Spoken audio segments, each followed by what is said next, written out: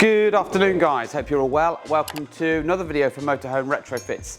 So the last couple of days, Richard and Owen have been working on this 2023 Auto-Sleeper Kemerton. Now I've never seen the Kemerton before, it's K-E-M-E-R-T-O-N, and this one is the XL. Now this is an Auto-Sleeper but on a Peugeot Boxer chassis.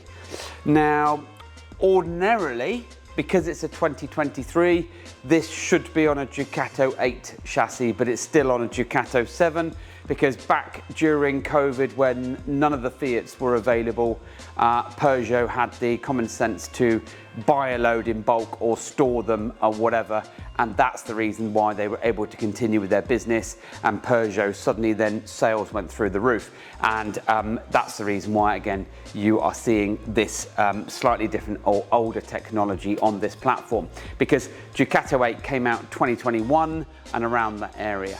Either way, it doesn't matter. Still, lots and lots of stuff that has been fitted previously, not by us, and then we've made it much better by fitting the following exciting things. So we've done our usual set of front side steps. They're not electric, they're manual, and they simply aid the driver and the passenger to get in and out of the vehicle, because otherwise it's quite a high step up. We've done loads of videos on these, so please check out our other videos. We have also then done, we have replaced the high level brake light at the back, and we have fitted a dual lens camera. So follow me and we'll have a quick look.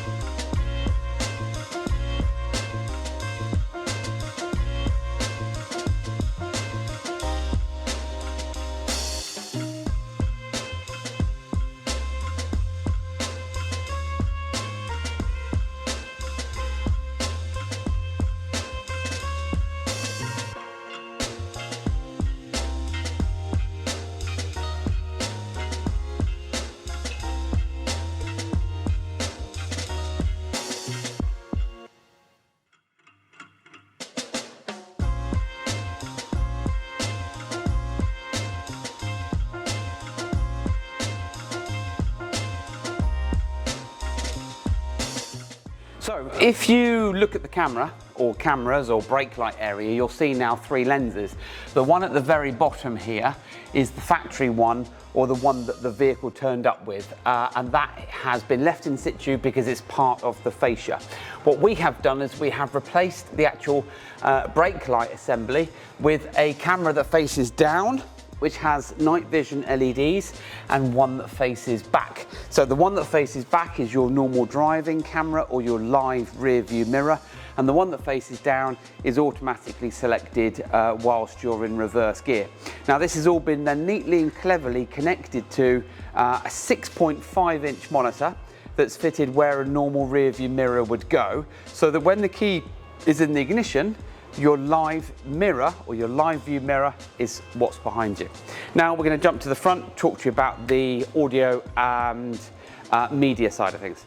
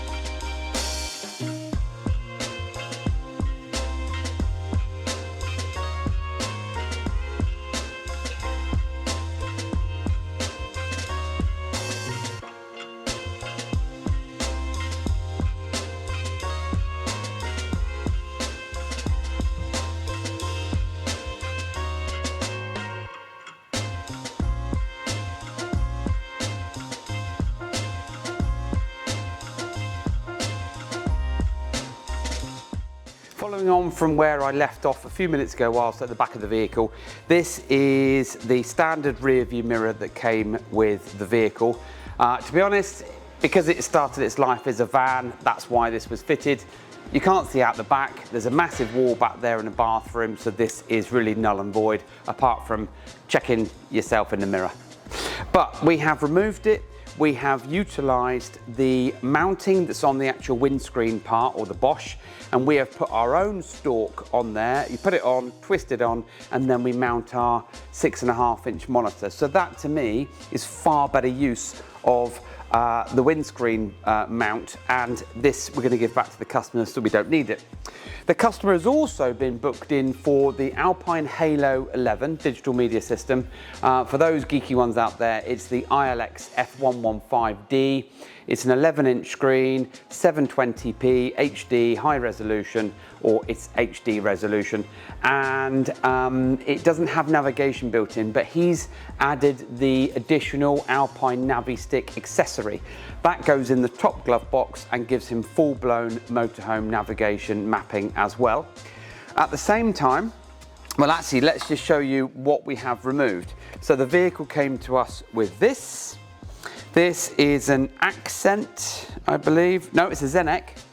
This is a Zenek head unit that was fitted.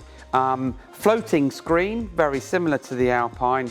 I'm guessing we're removing it because it's no good. I don't know. We don't get too involved with these. You do get what you pay for, and I'm sure there's nothing wrong with the brand. We just stick to Alpine and Pioneer here for obvious reasons. So we have removed that and wired it all in nicely, neatly and properly to talk data to the vehicle, steering wheel controls and other bits and pieces. At the same time, the customer wanted to get rid of these nasty door speakers. We've done loads of videos on these.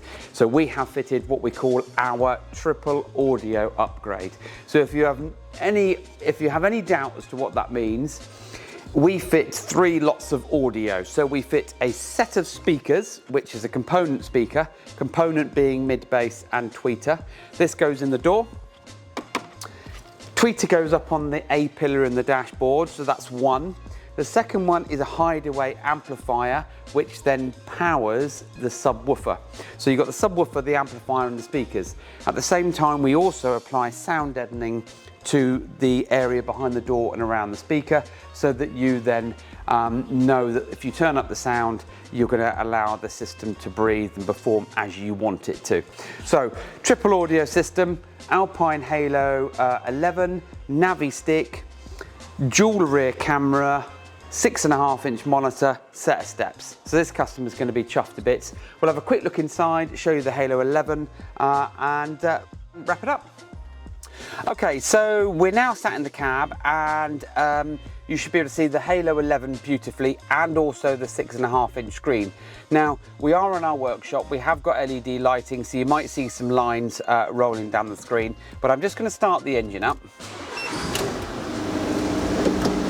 Now, with the engine running like so, you've got 2 views.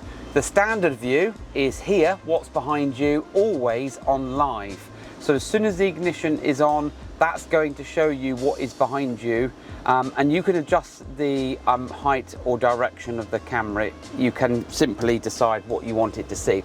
If I put the gear selector into reverse, goes into reverse gear, and then you can see what's behind you. And again, this can be adjusted out or in depending on what you want, but most people just want to know that they're not going to crash into something. So that is the downward facing rear view camera.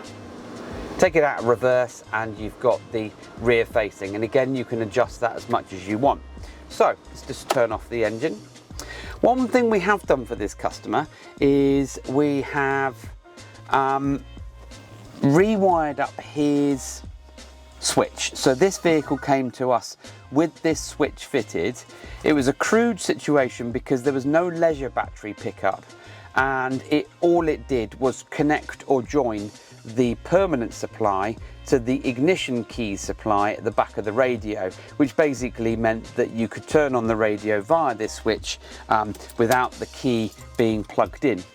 But what we have done is, because the customer is quite handy, he had already run a nice neat fused leisure supply or power supply up to around the instrument cluster, and we have then tapped into that. So this now is running nicely and neatly off of that supplied leisure supply. So if I turn it off, system switches off like so, and then if I switch it back on again, it all comes on. So you've got the added benefit of rear view camera. This is all off the leisure battery. If you don't want that, you can just turn the monitor off, no big deal. And then you've got the Alpine. So if you want to sit somewhere not worrying about the keys being the ignition, not worrying about other circuits being on, glow plugs being heated and other such stuff, then that's fine. This is what this is for. Quick connection for you just before, just to show, just in case you haven't seen this before, this is how easy it is to get, let's go, add new device, James's phone. So we're connecting via the Alpine device onto my handset. So we're going to pair, yes, pair and allow. And we're going to connect to the device. Now, if I press yes for Apple CarPlay, because we've got the Navi stick plugged in, like so, what we need to do is we need to disconnect. So connect onto there. We can't use the Navi stick in conjunction with Apple CarPlay or Android Auto, because they're both data intensive. Now, we have done videos, again, as I said to you before, about this, but don't go investing in one of these if you think you want to use Apple CarPlay and Android Auto alongside seamlessly the Navi stick. They're two separate entities. So if you want to use this for Google Maps and enjoy things like satellite view and everything else, that's fine, but you won't be able to use the Navi stick. You will have to disconnect your phone to then be able to use the Navi stick, but it's not a big deal. If you're unsure about this, please do get in touch with us. So Apple CarPlay and full-blown motorhome navigation, that even allows you to enter your vehicle's dimensions, as well as giving you features like park for night. So this is a 2023 Auto-Sleeper. We have fitted a load of stuff: steps, camera, monitor, Navi stick, Alpine, triple audio package. If you're interested in any of this stuff, please do get in touch with us. Website links in the bio, contact forms on the website, and we'll be happy to help. Thanks for watching.